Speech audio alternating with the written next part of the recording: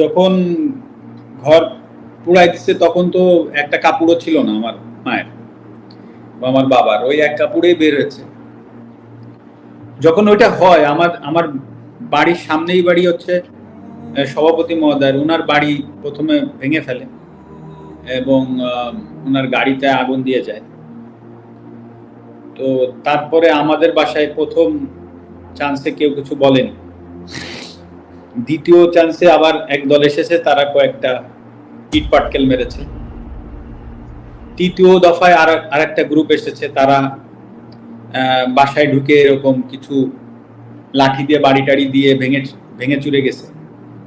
চতুর্থ দফায় আর কি, ঠিক মাগরিবের আজানের হয়তো বা আধা ঘন্টা আগে, ওই ওই সময় যারা আসছে চতুর্থ দফায়, ওই সময় ওরা এসে আসলে এই ঘটনাগুলো করেছে। লাস্টে ভেঙে চুরে সব, তারপরে হচ্ছে আগুন দিয়ে দিয়েছে। তো ওই যে বললাম যে আসলে কিছু যে মনে হবে বা কি মনে করব সেটা আমি বুঝতেছি না। আমি সবকিছু মিলেই অবশ্যই আপসেট, যে আসলে যেটা হয়ে গেল সেটা তো আসলে না আমি আমার জায়গা থেকে কিছু করতে পারলাম, না আমি আমার বাবা মা পরিবার পরিজনকেও আসলে সেভ করতে পারলাম আর কি। আপনার বাবা মা কি তখন আলহামদুলিল্লাহ যে আমার বাবা মা এখনো ভালো আছে, এটাই আর কি। মানে তারা কি তখন ওই বাড়িতে ছিলেন ওই মুহূর্তে, ওই সময়টায়? তার 3 মিনিট আগেও তো, 3 থেকে 5 মিনিট আগেও তারা বাসায় ছিলেন। তারা মানে আমার বাসায় আসলে আমার বাবা মার তো ধরেন, আমার মার যখন ঘর পুড়াই দিচ্ছে তখন তো একটা কাপড়ও ছিল না আমার মায়ের বা আমার বাবার, ওই এক কাপড়েই বের হয়েছে। এখন তারা তো ওই সময় বাসায় ছিল। আরো একটা বিষয় হচ্ছে যে উনরা কিছু বুঝতে পারিনি, উনরা বাসার ভেতরেই ছিল, এটা তো উনারাও কল্পনা করেনি। কিন্তু তারপরে বাসায় কয়েকটা ছেলে মেয়ে থাকে, তারা এসে বলছে যে মাঠ থেকে দৌড়ায় দৌড়ায় মানুষ আসছে, আপনারা একটু বাসার বাইরে যান। তো তখন হচ্ছে বাসার বাইরে গেছে। আচ্ছা, কয়েকটা ছেলে মেয়ে থাকে, এটা কারা? এখানে ধরেন ওই বাসায় তো আমার 2 ভাই, তো আমরা ঢাকায় থাকি।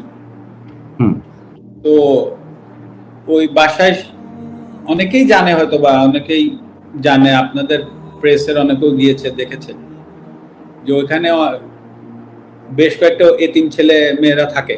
হ্যাঁ হ্যাঁ হ্যাঁ হ্যাঁ, 6-7 জন আছে যাদের আসলে কারো বাবা নাই বা কারো মা নাই, বা বাবা বিয়ে করেছে, ছেলে মেয়েদের রাখতে যাচ্ছে না।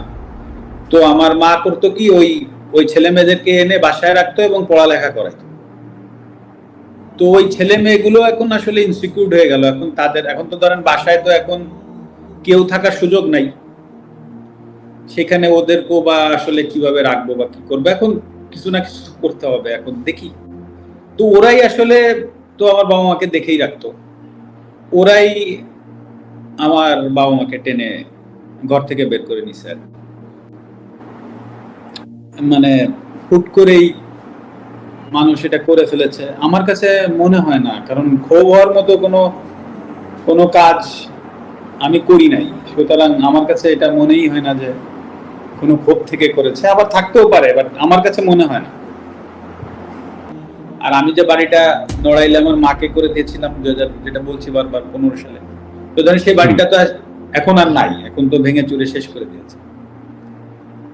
তো অনেকেই বলেছে যে বাড়িটার আসলে এখন তুমি চাইলে, বা আমার বাবাকে বলেছে যে আপনি একটা মামলা করে রাখতে পারেন, কে বা কারা, অনেক ভিডিও টিডিও তো আছে, দেখেছি। আমি বলেছি যে না, আমি আমার বাবাকেও বলে দিয়েছি যে এটার কোনো বিচার বর্তমান সরকার বা যারাই আসুক বা যারাই থাকুক বা আসুক, হ্যাঁ, তাদের কাছে আমি এটা নিয়ে কোনো বিচার চাইব না।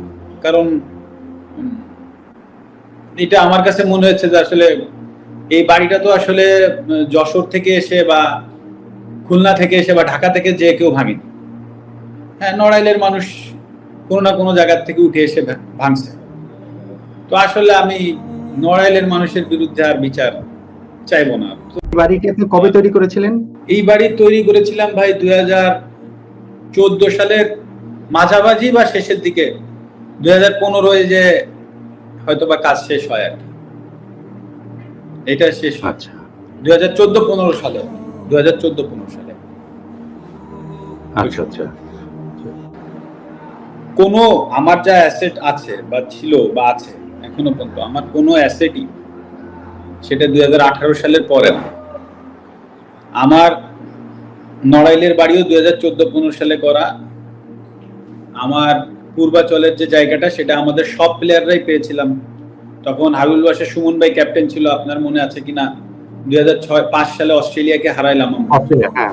তো তখন আমাদের তৎকালীন সময়ে সরকার আমাদের 5 কাঠা করে জমি দিয়েছিল, পূর্বাচলেরও জমিটা। আমার মিরপুরের যে বাড়িটা আছে একটা 2008 সালে করা, আইপিএল খেলে এসে করছি। আর যেটায় আমি থাকবো আর কি, সেটা আমার 2015 সালে বা 15 সালের মাঝামাঝি সময় আমার করা। সে বাড়ি এখনো আমি উঠতে পারি, মানে প্রক্রিয়াধীন 8-9 বছর ধরে। তো আমার কোনো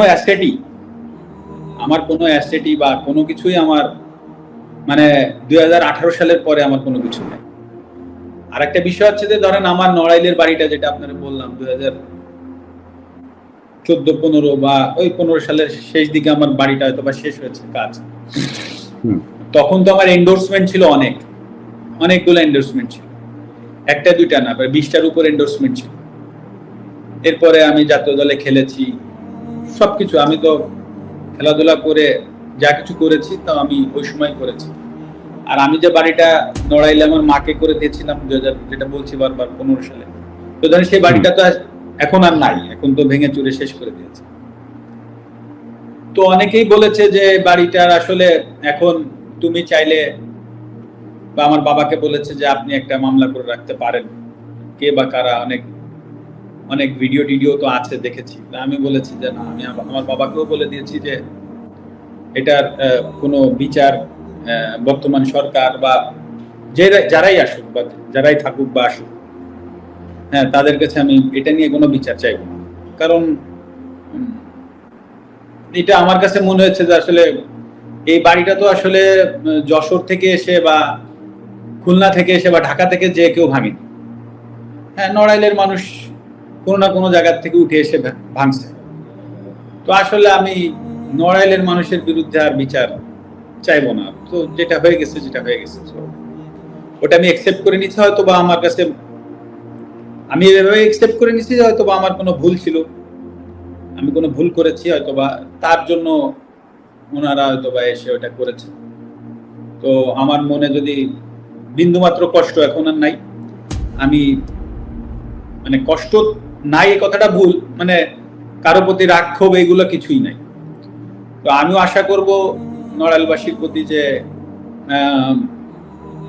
আমার কোনো ভুলে বা কোনো জায়গায় যদি কষ্ট হতে থাকে, তো আশা করি তারা তো একটা স্টেপ নিয়েছে, তারাও আমাকে এই জায়গা থেকে ক্ষমা করবে, এটাই আমি আশা করি, এর বেশি কিছু না।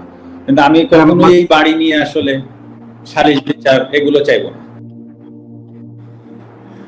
18 সালের যদি প্রশ্নটা আসলে খেলোয়াড় মাশরাফির কাছে হইলো না, বাট তারপরে আমি উত্তর দিচ্ছি যে 2018 সালের হলফনামা এবং 24 সালের হলফনামা দেখলেই আপনি পরিষ্কার হবেন, এবং তারপরে আপনি সেটাকে জাস্টিফাই করলে, সেটা তো আমি বললে হবে না, সেটাকে জাস্টিফাই করলে পরিষ্কার বোঝা যাবে। শুধু এতটুকুই বলছি যে সেটা দেখলে পরিষ্কারভাবে বোঝা যাবে যে আসলে ঘটনা কি। 18 পরও তো আপনি খেলেছেন ক্রিকেট, ইনফ্যাক্ট ক্রিকেট এখনো খেলছেন। সো